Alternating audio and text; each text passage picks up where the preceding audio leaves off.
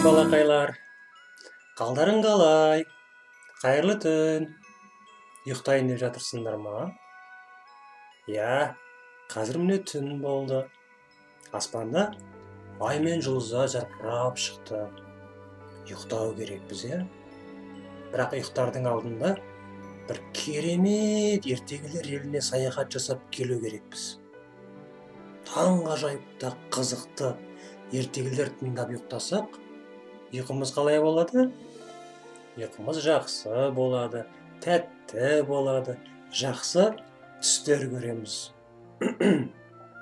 Ұйықтар алдында ертегілер тыңдағыларың келе ме? Әрине, я деп ойлаймын.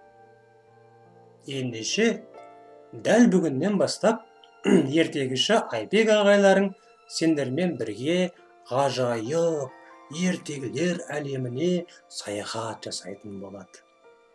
Сендермен бірге күнде неше түрлі ертегілерге куә боламыз. Я, қызық ертегілер оқимыз. Оған дәлелің қайсы дейсіздер ма? Мінекей. Қандай күшті ертегілеріміз бар. Керемет ертегілер еліне саяхат жасауға керемет кітаптарымыз бар. Мәне дейді, 50 ертегі, 70 жұмбақ деген кітабымыз бар екен, Қиял ғажайып ертегілер деген кітабымыз бар мінекей. Бұл да керемет кітап, ішінде неше түрлі ертегілері бар. Одан кейін Алтын Сақа деген ертегілер кітабымыз бар екен мінекей. Одан кейін жануарлар туралы ертегілер дейді мінекей. Қоян бар. Мына жақта кім? Аю отыр ма? Аю отыр. Торғайлар жүр, Қызықты ертегілер бар екен бұның да ішінде. Осы кітаптардың барлығын сендермен бірге күнде оқып отыратын боламыз. Мені ертегіш Айбек ағай деп атасыңдар болады. Сендермен бірге күнде міне осы кітаптарды парақтап, ішіндегі қазынаға толы ертегілерді оқитын боламыз. Ал бүгін осы кітаптардың ішінен алғашқы ертегімізді бастап өздеріңмен бірге саяхаттайтын боламыз. Ол ертегіміздің аты қандай деп аталатыны бәрімізге қызық болатын шығар, Олай болатын болса, біз кішкентай ғана осындай кішкентай кітапшаны бастайық бүгін. Яғни әр күні осындай кітапшалардан бастап отырып, үлкен кітапшаларға қарай көшеміз. Осы кітапшалардың ішіндегі ертегілер біткен сайын сендер білімдерің толып, неше түрлі қызық әлемдерге саяхаттап, ойларың өсіп, толып, жақсы азамат, жақсы қыздар мен ұлдар боламыз, Олай болса, бүгінгі ертегіміздің не деп аталатыны бәрімізге де қызық болып тұрған сияқты. Олай болса, тыңдауға дайынбыз ба? Жақсылап, ыңғайлап жатып, немесе ыңғайлап отырып аламыз. Олай болса, дайын болса кеттік. Бүгінгі алғашқы ертегіміздің аты «Үш көбелек» деп аталады екен. Ендеше, сол ертегімізді оқуды бастайық.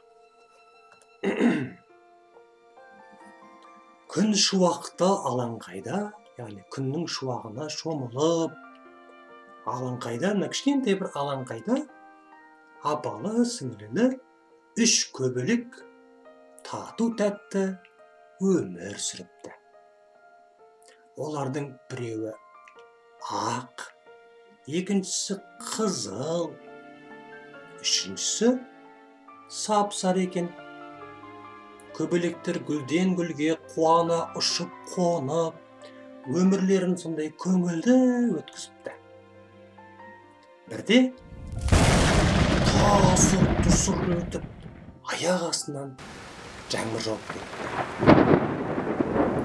Көбелектердің қанаттары су болып, дымқылданып, қайда тығыларын білмей дал болады. Ал себелеп жауған жаңбыр тоқтайтын түрі жоқ. Малмандай әбден су болған көбелектер Лалагүлге келіпті. Лалагүл, бізді жаңбырдан тасалашы, деп өтініпті. Сөйтсе, Лалагүл, жарайды, ақкөбелектің түсі маған ұқсайды екен. Мені сай аласын. Ал қызыл сары көбелек басқа жерге тығылыңдар, дейді.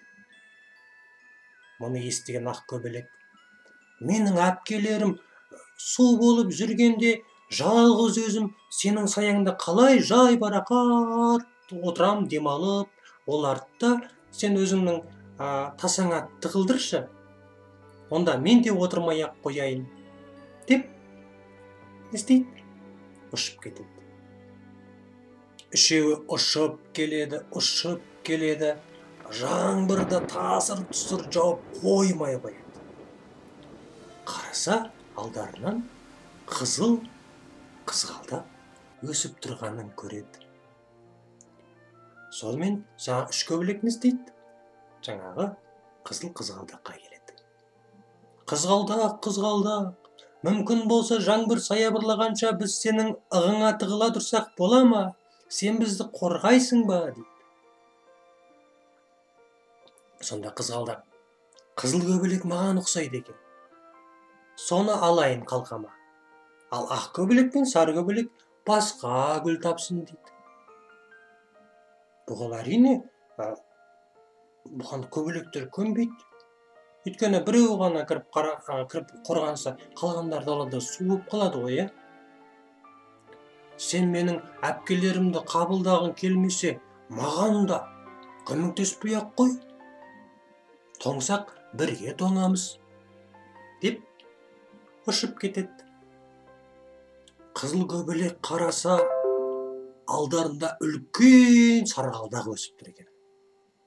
Олар гүл жанына ұшып келіп: о, тамаша, сарғалдақ, жаңбыр тоқтағанша сені ықтай тұрайықшы, деп өтініш жасайды. Жарайды, мен өзім түстес сары көбелекті жаңбырдан қорғай тұрайын, ал басқаларың өзге жерге іздеңдер, өзге гүлді іздеңдер, дейді. Сол кезде тағы да көбелектер: жоқ, сен менің әпкелеріме көмек бере алмасаң, деп сары көбелек айтады. Мен де сені паналамаймын, мен де саған тығылмаймын, одан да су болғаным артық, деп жауап қайырып ұшып кетеді. Көбелектердің бұл сөздерін бұлттың ар жағында тығылып тұрған күн естіп қояды. Сосын күн не дейді оларға? Күн көбелектердің өзара татулығына, сондай бір керемет достықтарына, сондай бір-бірін жақсы көретіндіктеріне қуанады. Оларға көмектесуге істейді, көмектесейін деп шешеді. Күн бұлттарды ыдыратып жіберіп, яғни бұлттарды шашыратып жан-жаққа, аспанға жарқырап тұрып шыға келеді. Жылы шуақтарымен көбелектердің су болған қанаттарын кептіріп, алтындай сәулелерімен қанаттарын шаттана қағып, қайтадан көңілдене бастайтындай сондай бір керемет көңіл-күйге бөлейді.